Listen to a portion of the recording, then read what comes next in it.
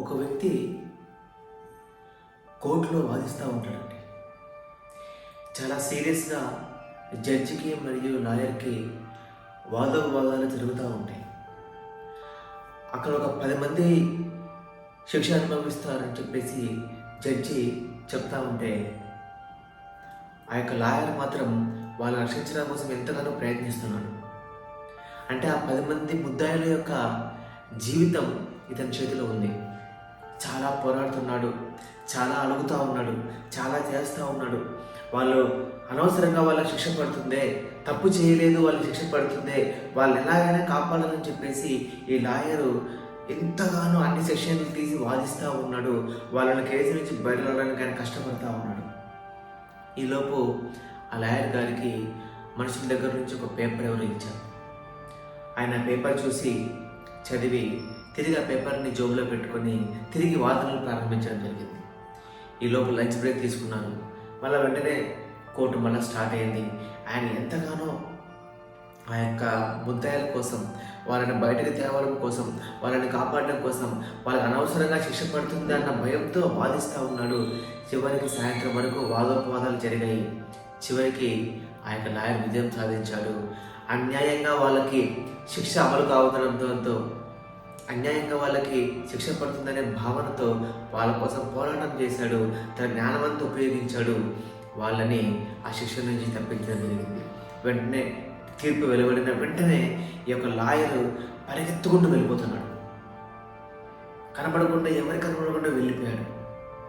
అక్కడ చుట్టూ ఉన్న సమూహము, ఆ ముద్దాయిలంతా ఆశ్చర్యపోతున్నారు. అరే, ఆయన వెళ్ళిపోయాడు, ఆయన పిలవండి, ఆయనతో మాట్లాడాలి, ఆయనకు ప్రశంసించాలి, ఆయన అభినందించాలి అని ఎంతగానో తాపత్రయపడుతుంటే ఆయన పరిగెత్తి వెళ్ళిపోయాడు. ఇంతలో పక్కన ఎవరో చెప్పారు, అసలు ఆయన ఎందుకు అంతగా పరిగెడుతున్నాడు, ఇంత గొప్ప విజయాన్ని సాధించి ఏమి తీసుకోకుండా వెళ్ళిపోతున్నాడే అని అడిగితే ఆ గుంపులో ఒకతను చెప్తున్నాడు. అతను వాదిస్తూ ఉండగా అతనికి ఒక చేతిలో పేపర్ వచ్చింది. ఆ పేపర్ని చూసి ఏమీ మాట్లాడకుండా ఆయన జోలు పెట్టుకుని వెళ్ళిపోయాడు. ఇంతకు ఆ పేపర్లో ఏముందంటే అతని తల్లి చనిపోయింది. అతని తల్లి చనిపోతే అతడు దాని గురించి బయటకు చెప్పి అక్కడ ఆపేస్తే అన్యాయంగా 10 మందికి శిక్ష పడుతుంది.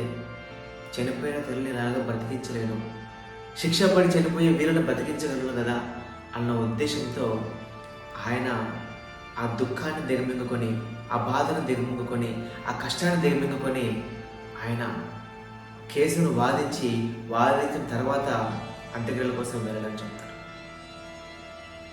చెప్పగానే జనాలు అసలు ఎంత కుమిలి బాధపడతారంటే అంత కుమిలి బాధపడతారు.